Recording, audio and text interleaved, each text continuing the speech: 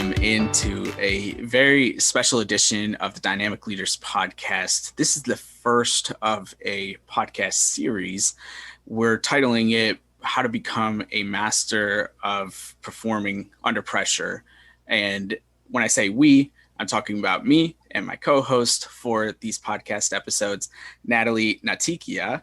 And Natalie is a Davidson field hockey player. I'm going to let her introduce herself or reintroduce herself because she actually has been on the podcast before to everybody. But want to let you all know that this is going to be a special project. We're super excited about it. We have some really interesting research, survey responses. We're going to have coach input. We're going to have athlete input, a lot of different things than what these normal Dynamic Leaders podcast episodes are like. So stay tuned for that. And Natalie, with that being said, why don't you reintroduce yourself to the listening audience?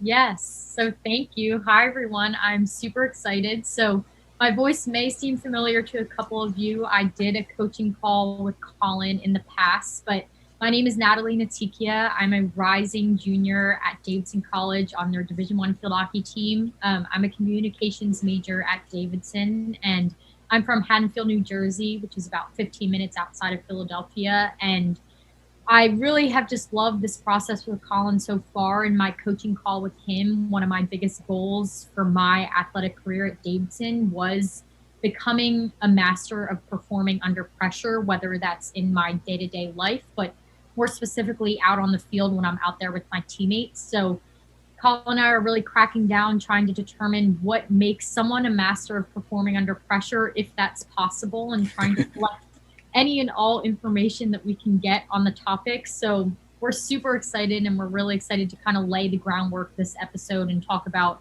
kind of starting with the basics and the foundation for everything. So this should be great.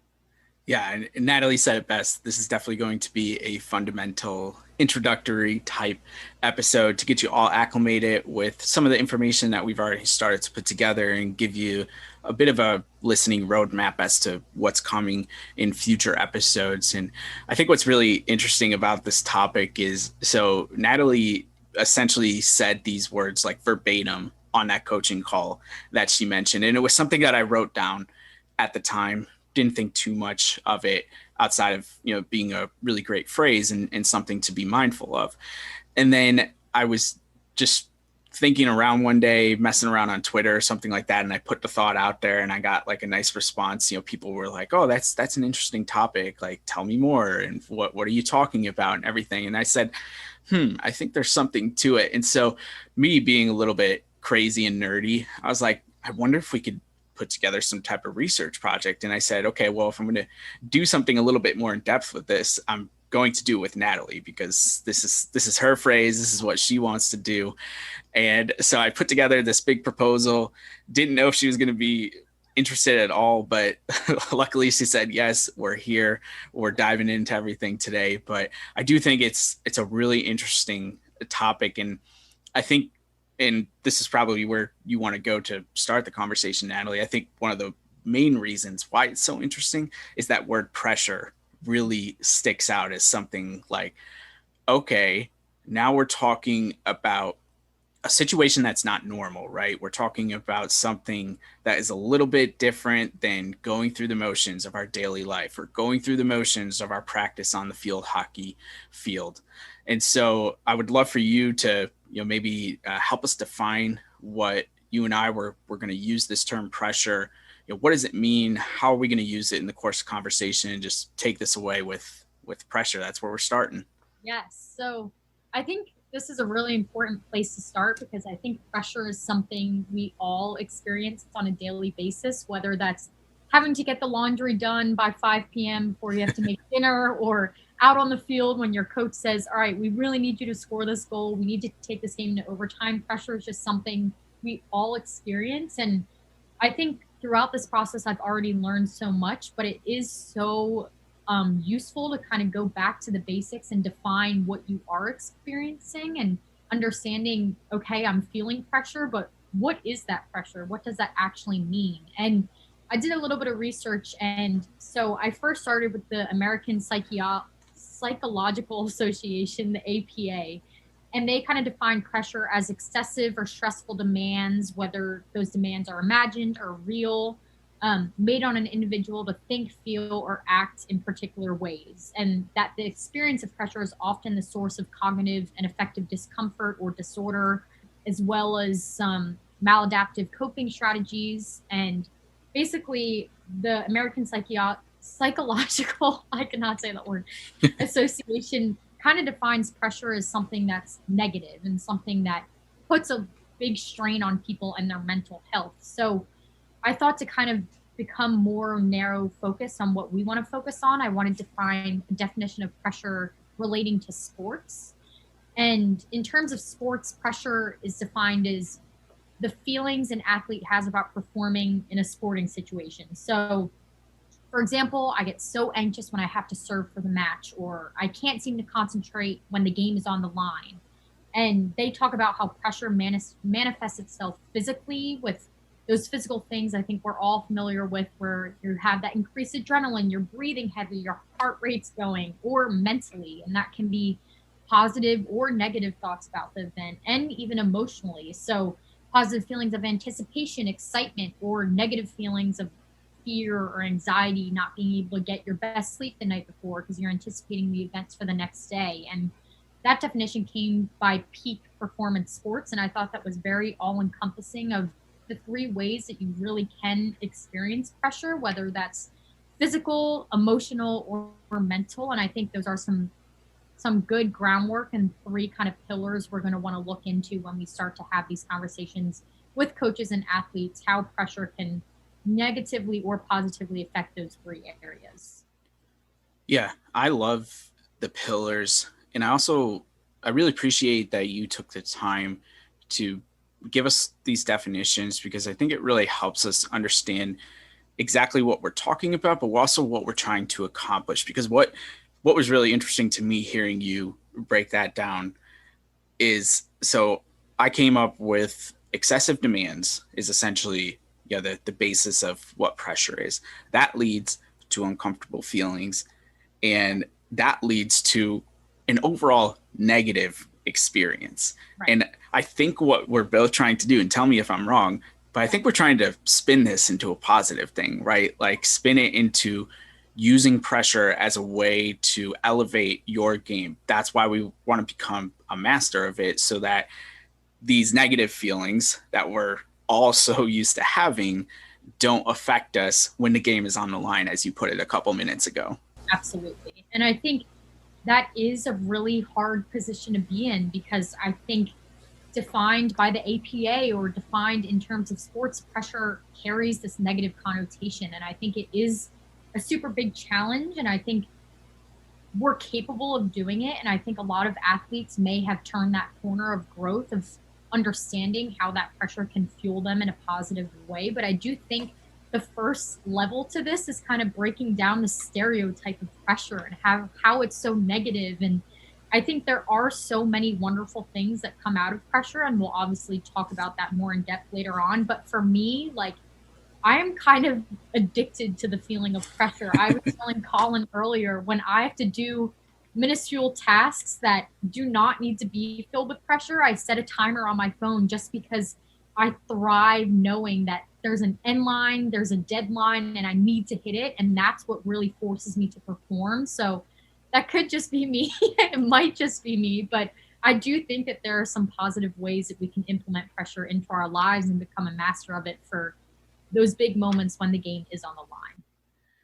And I think one of the areas that I want to dive into in just a minute, because I'm going to have you do something first, is breaking that negative stereotype, like you said, with pressure. I think that's an interesting place that we could start. But first, you started to tell us a little bit about you and your personality, and how pressure is something that, to a certain extent, I think already you embrace. And I think there's another level that you're trying to achieve, and that's part of what's going into this research and this project that we're doing. But you're also trying to obviously take that and translate it onto the field, into your academics, into your overall life.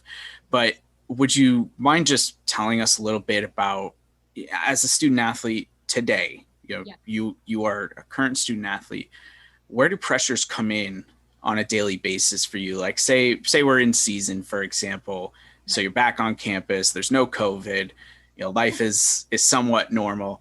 Kind of Yeah. walk us through, where are some of those pressures coming, whether they're related to field hockey or not, and how you've typically gone about them so far.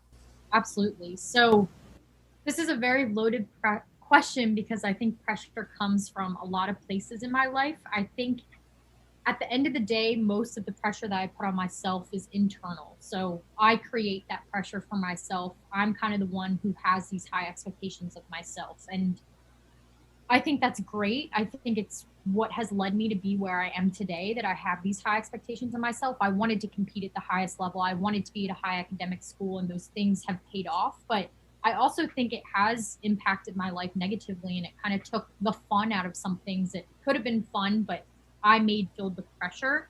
So I think a lot of it is my own mental growth and my own kind of internal pressure that I put on myself. But on top of that, I feel a lot of pressure to perform for my teammates. I know the hours that my teammates are putting in because I'm putting in the same hours. And I know that we all have a goal that we want to succeed towards. And I think having that pressure of 26 or 27 girls kind of relying on you to perform to reach a goal that they can't reach alone, I feel that pressure a lot. And it also comes from coaches. I want to impress my coaches. I want to do well. I want to be out on the field. And it's really funny to kind of perform in front of someone every day who is determining your playing time every weekend. And at the end of the day, they're human and they love us and they care about us. But at the end of the day, they need to put the people out there who are going to win the game. And that is a lot of pressure to know. Like, I may have worked so hard to get to a Division I school and program, but I may not see the field. And that's a really tricky thing to grapple with. And then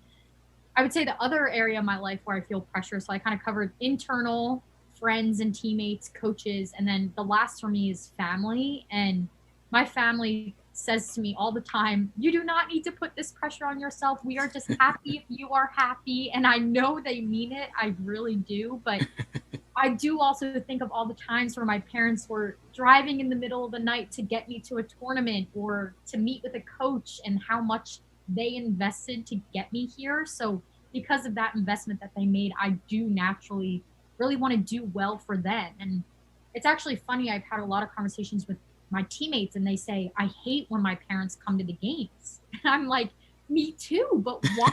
Like, it's so great to see them. I want to hug them. I miss them. I haven't seen them in months. And it's just that weird pressure of them driving however many hours or flying however many hours to see you. And if you don't fulfill the expectations that you want to fulfill, you feel like the whole thing was a bust and that they shouldn't have come and that they wasted their time. Where in reality, like, my mom just like, I could just hug you for hours, but I want to score a goal for my mom to see, you know? So it really is a weird mix of external pressures and internal pressures that really contribute to the pressure that I feel kind of on a daily basis.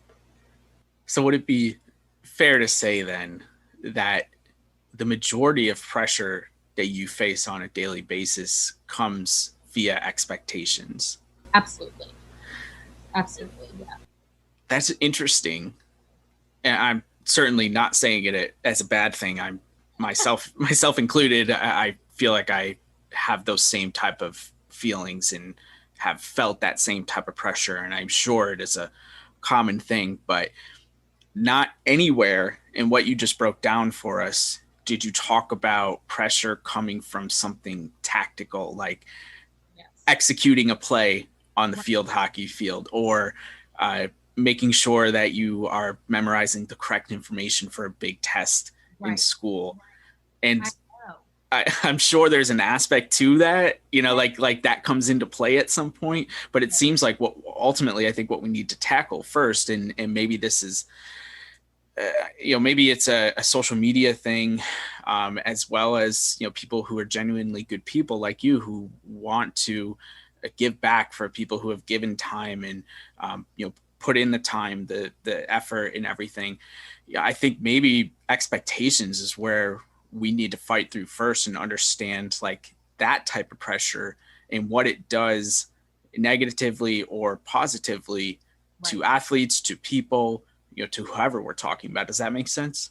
Yes, that totally makes sense. And I think the tactical things spring from those deeper expectations. Like, I don't know if that makes sense, but in my head, I think about it like when I'm on the field, do I want to score a goal because I want to score a goal and we need a goal on the field? Yes, absolutely. But do I also want to score a goal because my coaches have worked so hard to get me to work on my shot and they trust me to be out on the field and my teammates have demanded the best out of me every day and pushed me to be my best? Yes. So it is tricky, and I think it honestly does come down to what motivates you. And for me, I've always been motivated by people and connections. So I think ultimately the pressure I put on myself is deriving from people and connections, if that makes sense.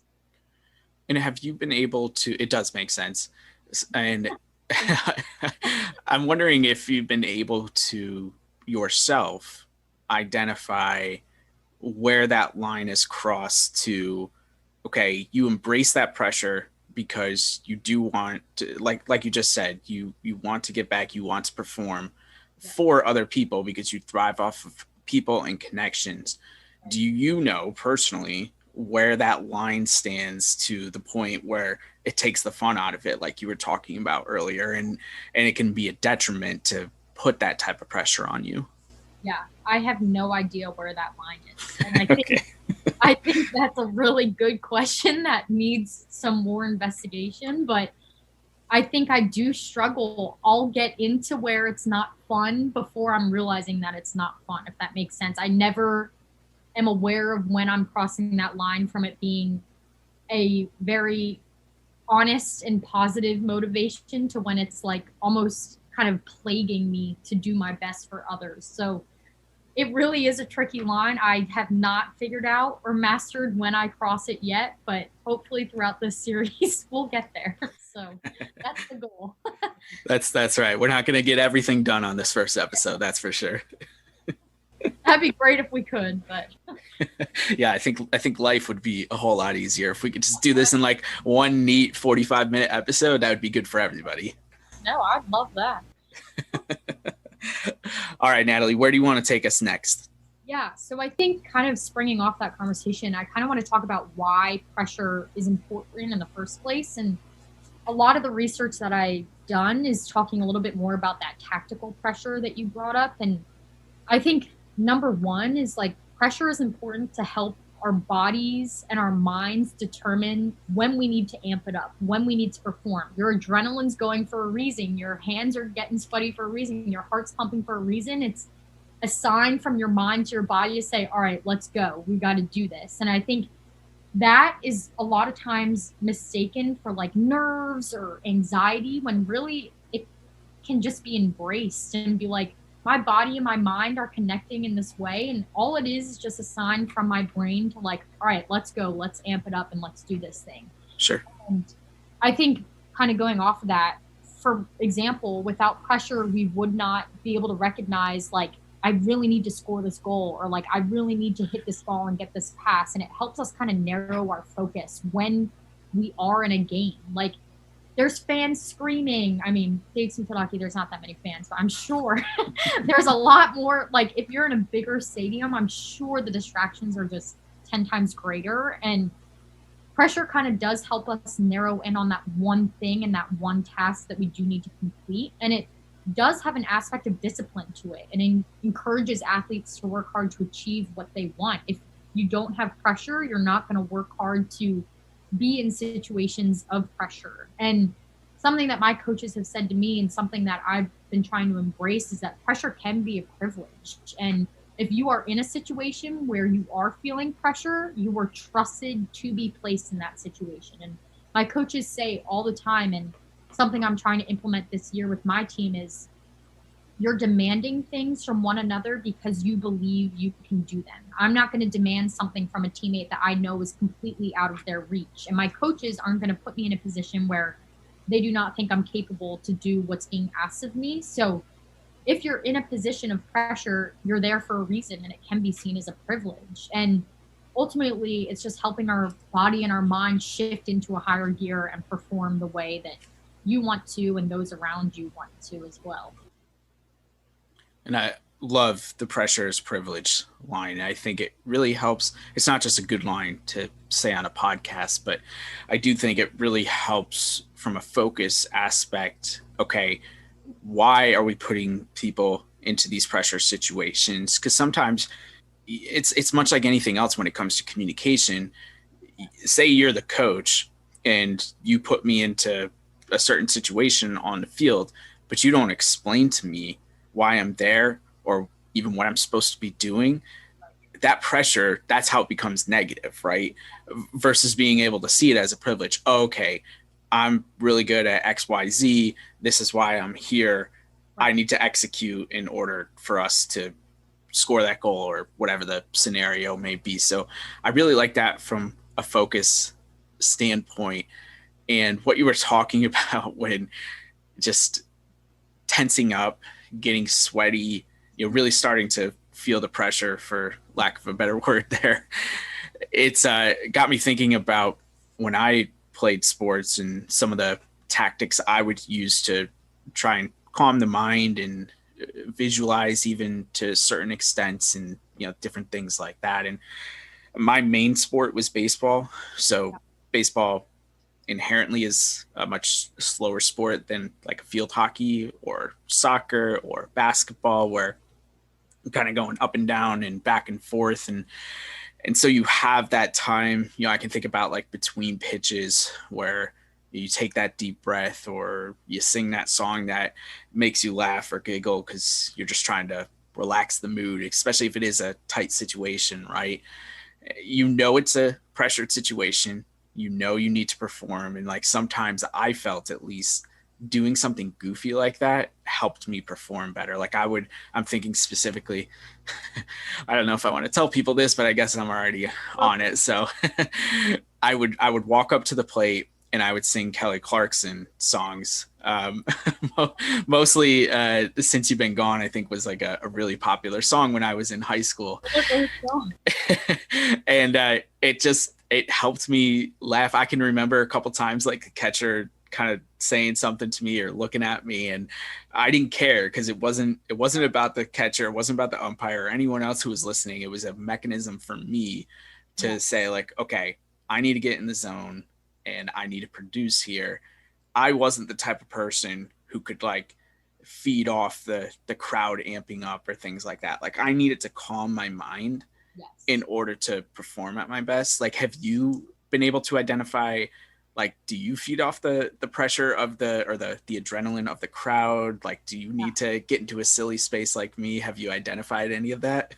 So I have. I think something that I honestly talked a lot about this year with my friends is faking it till you make it. I think a lot of times during COVID, I mean, life was hard for everyone, obviously. And I think when we got to practice, that was our one chance to kind of just do the normal. Like, practice was the one normal time during the day. We had 3 guaranteed hours to just play field hockey, and field hockey wasn't changing despite COVID. So, a lot of times, like, I always see this thing where it says, even if you're not happy, smile for 5 seconds in the mirror and it'll boost your mood. And I don't know if that's necessarily true. It hasn't really worked for me, but I if I know I'm not in the best mood or I know I'm not ready to perform and my mind is not in a good space to handle this pressure, I am just super vocal. Like, honestly, the worse I'm feeling, the more vocal and fun and the more I'm laughing with my teammates because I'm relying on their energy to kind of push me through this moment of pressure. So, for example, like during the warm up, I don't know, like my friends and I will be talking or they play music, we'll be singing along and dancing in the warm up. And I literally used to, when I was going to put my mouth guard in, I would smile for 5 seconds and be like, okay, you can do this, put my mouth guard in, and then go to practice. And I'm sure people like were like, why is she so excited to be here? But it really was kind of a coping mechanism to take that pressure off of myself and know like it's okay. It's going to be fun. It's going to be fine. And even though I'm not in the mood to bring it this practice, if I can act like I am and motivate my teammates around me to feel that same way, eventually I'm just going to feed off that energy. So I do feed off the energy of other people and my teammates and the crowd. And I think it's a really valuable tool to use if that is something that motivates you. But for the most part, in a super high pressure situation, I'm usually laughing because that's the way that I deal with it. And I am having those silly and those fun moments because at the end of the day, I try to remind myself, like, this is a game you love. You're out here with people you love. This should be fun. And if it's not, that's when you start to kind of get into the part where pressure can be negative. So Sure. even if it does have to be forced fun, I just try to create it in any way. And eventually it clicks. And I think what's most interesting about what you said and about what I said is something we've unlocked. I'm sure we both knew this already, but now we can articulate it. Is pressure is really associated then, I think, mostly with the mind then, right? It's all mental. It's all a mind game. Like if we're trying to say pressure is good, pressure is a privilege, it's our mind that's going to take it from being at a level where we can perform and we Right. can do it consistently Yeah. to a level where we're up and down, Right. or even to where we just are never able to execute what we're trying to do. Because I feel like you can practice getting to, like, I have a pen out in front of me right now, and it's an even plane for people who can't see this obviously. And I feel like, at least, if you're practicing and if you're putting yourself in pressured situations, we'll just say for field hockey as an easy example right now, you can get to a point where you can consistently go across this pen and, I don't know, 6 out of 10 times you can execute it. Yeah. And so the variation of things isn't going to go up and down as severe as Right. if you're never going through pressured situations.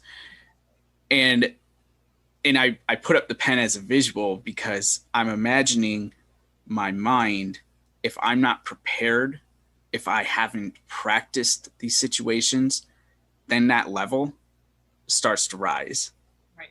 because because of the preparation aspect. Exactly. And it becomes this mind game, like, oh, I'm not good enough to be here. Right. I'm not good enough to do what's being asked of me.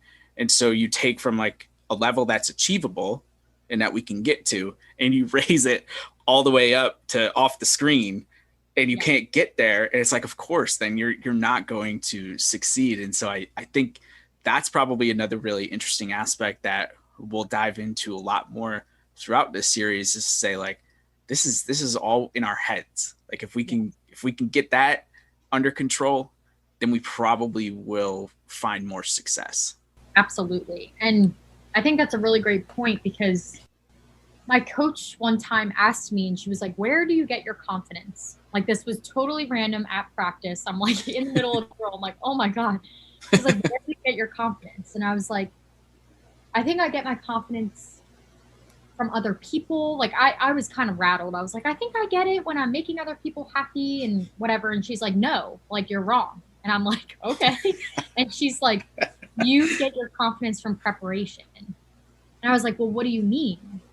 And I had a game that I did not play well in at all. And I was obviously upset. So I spent the next week before our next game. It was like I played on a Saturday, I had a week, and we played the next Saturday. I worked my tail off. Like at practice, like an hour early, staying at practice an hour late, doing extra film sessions with my coaches. And the next game I played was probably the best game I've played in my college career. And she was like, "You want to know why? Because you were confident, because you knew you put in that preparation. And if you know that you're giving it your all and you're preparing to your utmost capacity, like once you get on the field, there's nothing more that you could have done. If you have that feeling where once you get out there, you're like, I know I did everything to make sure that this goes the way I want.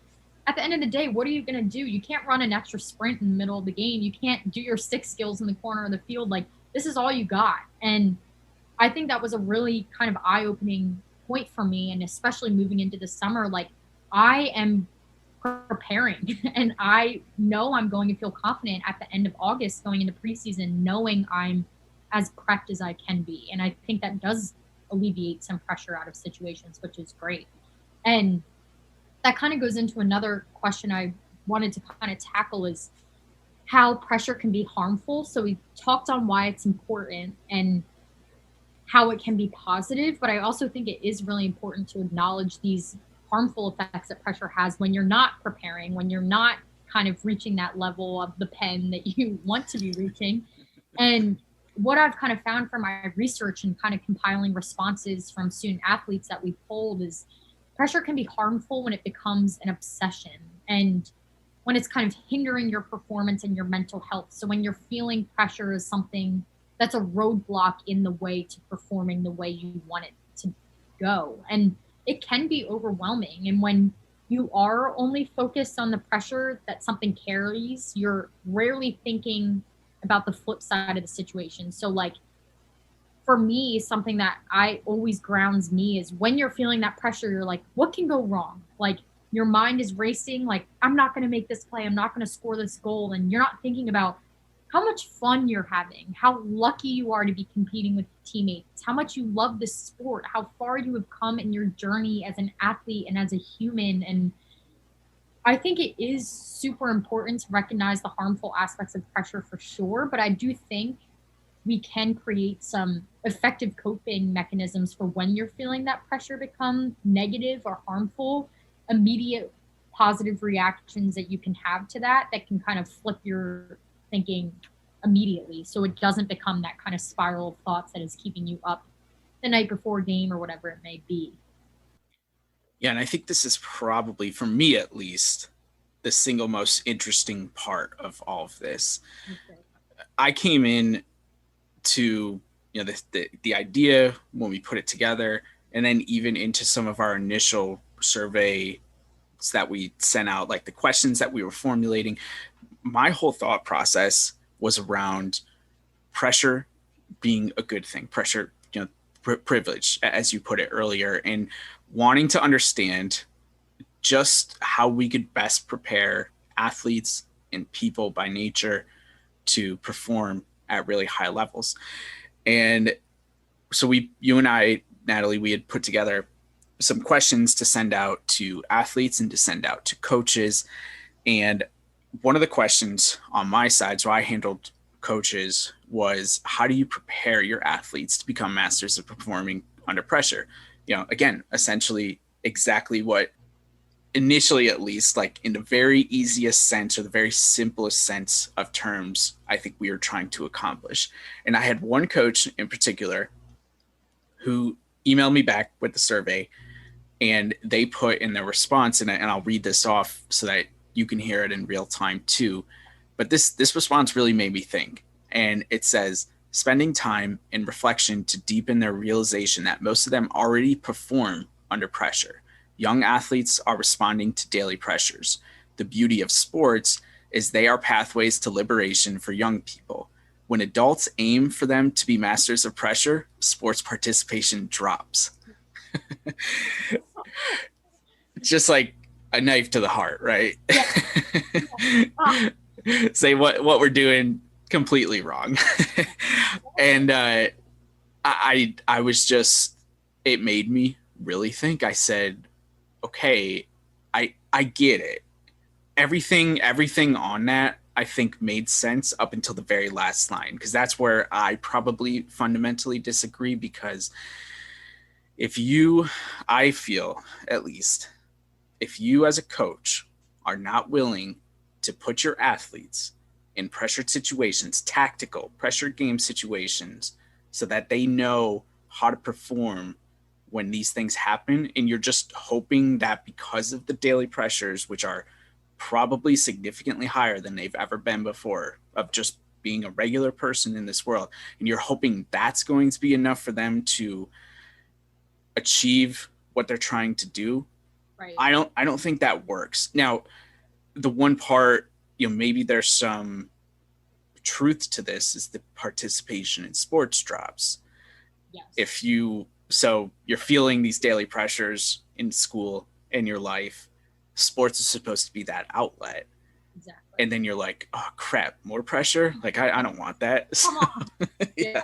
Yeah. And I think there's two kind of main things that I pull from that response is one, I think that can be a great point is like you deserve to be confident under the pressure that you're feeling because we probably do not give ourselves enough credit for the pressure that we do experience on a daily basis because I honestly think pressure in our society is just kind of like breathing. Like we're doing it without even realizing like we're under pressure and we're performing and we don't even know because it's just all we know. But on the other hand, I agree with you in saying I think coaches need to be willing to put their athletes under higher pressure situations because, like anything else, pressure is something that needs to be practiced. As much as we practice hitting and shooting and passing and outletting and pressing, like pressure should be right up in there. Pressure should be like we should have practices dedicated to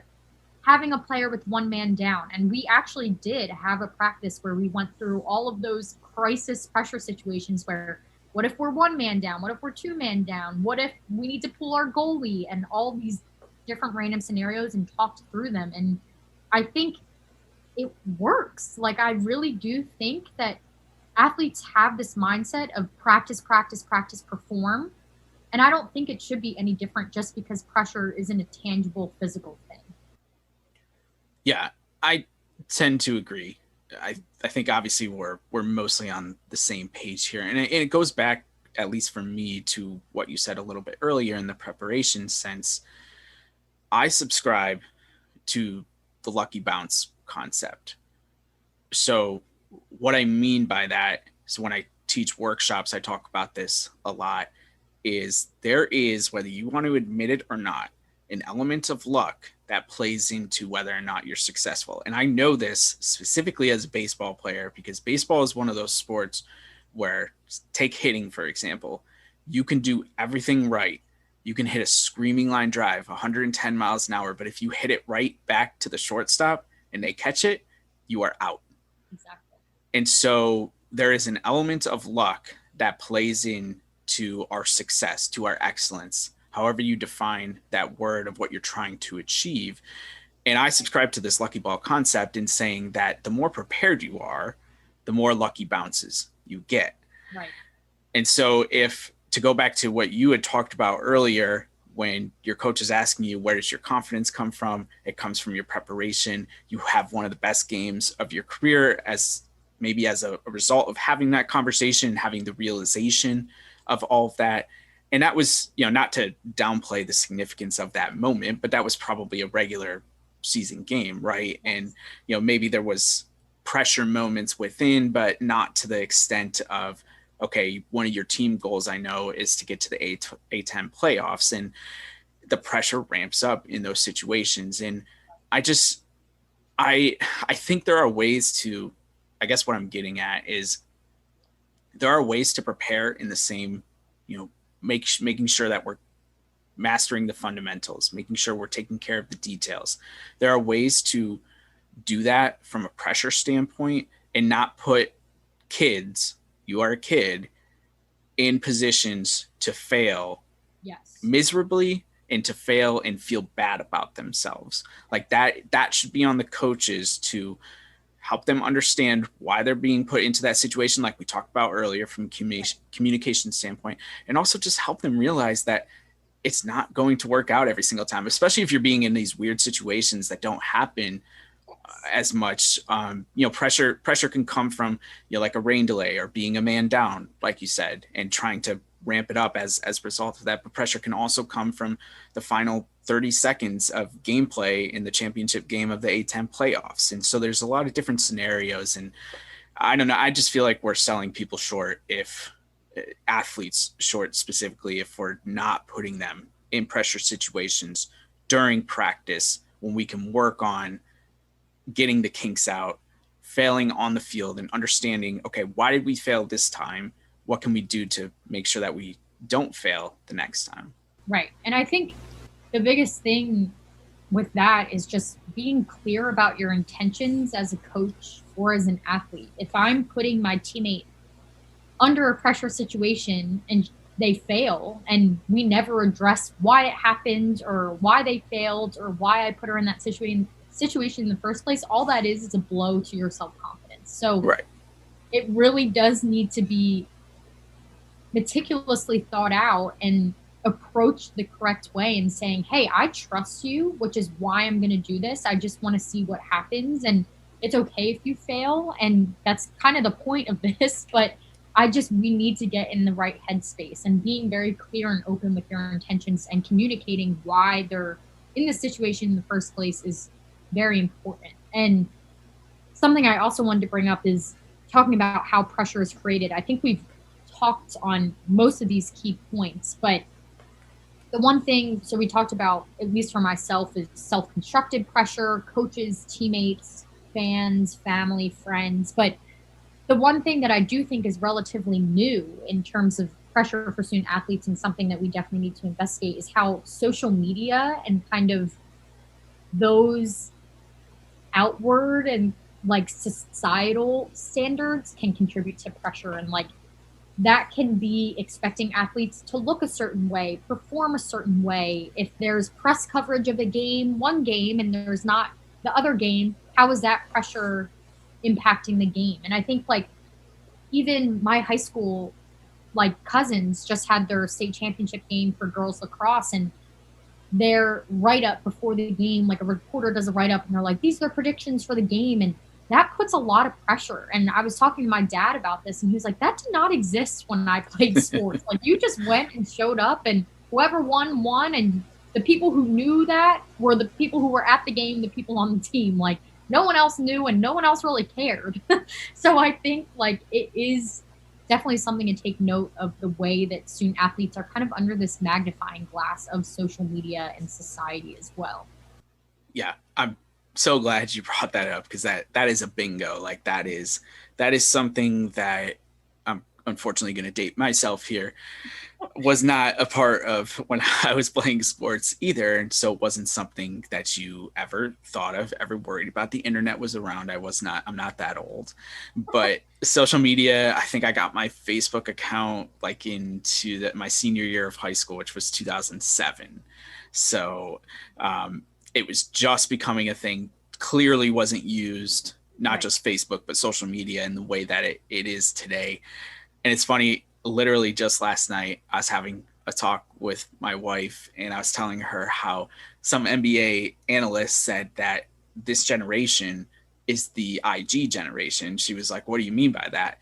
I said, well, what this guy said is that they don't want to end up on Instagram getting posterized on a, like a great dunk or a great play. So nobody plays defense in the middle, in the paint area in the NBA anymore. This is what the guy was saying. And I was like, most of the time when there's older folks complaining about how sports are and everything, I'm kind of like, I don't know if there's any validity to that. But this one, I was like, there could be a little bit of truth to that because I do wonder, these now 20 plus, same age as you getting into the league, they've grown up with the social media. They've seen people in the past get blown up on social media because of a bad play or whatever it is. Like the Mark Sanchez butt fumble is something that always sticks out to me. And I'm like, there probably is some truth to that they don't want to end up on the bad side of social media. And you specifically can talk way more about this than I can, but that's obviously something that we'll have to address more.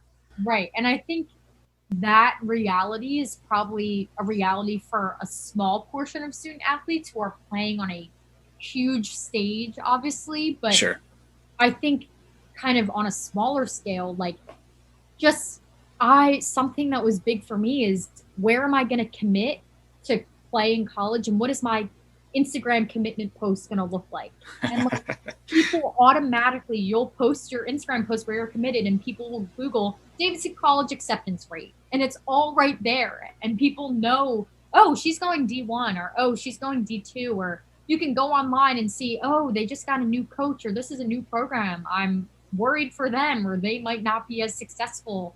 And I also think like when you go to Davidson Field Hockey and you go on their roster and you click on my picture, you find all of my stats ever for Davidson Field Hockey and anyone can see that. And obviously I really don't think anyone is really that concerned with my stats, but it is something that does go through people's minds, and it lists how many minutes you play in certain games, and that just did not exist at all. But if I wanted to like narrow in on a player and see, oh, how many minutes do they play? How many goals have they scored? Are they performing? Like, what is their team culture like? I can find all of that at my fingertips. And it's just fascinating to me because I think it does play a bigger role than we give it credit for. Yeah. And I think something that is brand new is that NIL and how that might play in to, especially like you said, some of those big time programs and those big time athletes that, but I think eventually it'll trickle down into some of the smaller programs and things like that too. And that's got to have a huge social media aspect to it, because it's those folks who have the hundreds of thousands of followers at age 18 or 19. And it's like, all right, they're going to start making money. And so like, those type of things matter in a different way than some of the things you talked about, like your minutes being displayed and, different things like that. But it's got to be a whole spider web of craziness that I'm certainly glad I didn't have to navigate, but it is the number one thing that coaches ask me about in consultations, is especially, as we continue to get more involved with it, and you get into high school and it's just so much a part of your life. And so I'm really going to rely on you to give us some insight into all of that, but really interesting stuff for sure. For sure. All right. Well, I think we are going to wrap up this episode. I know there might be a few lingering thoughts that both of us have, but this was designed to be a series because we have a ton of information. We want to make sure it's digestible, not just for us, and our sake, to be able to make sure we break these down the right way moving forward. But for our listeners, we don't want to overload. Hopefully there are some takeaways that you can get from this episode, and then you'll be able to build on those in the upcoming episodes. But Natalie, is there anything that you want to leave us with here before we get going for today? Yeah, I think the biggest thing I would say is my advice to all the listeners is continue to challenge that stereotype of pressure being a negative thing, whether that's talking with your parents or your teammates, whether you play a sport or you don't. Just keep that in the back of your mind. And when you do feel yourself feeling negatively about pressure, maybe take a couple extra seconds or minutes to dive deeper and like understand, why do I feel this way? Could I make this positive? So just start to get your wheels turning about all that. And I definitely am. I'm already, my mind's going a mile a minute right now about all of this stuff. So just continue to challenge that is what I'd say. All righty. Well, that's it from us for this episode. Stay tuned for upcoming episodes, and we take any type of advice, insight, anything that you want.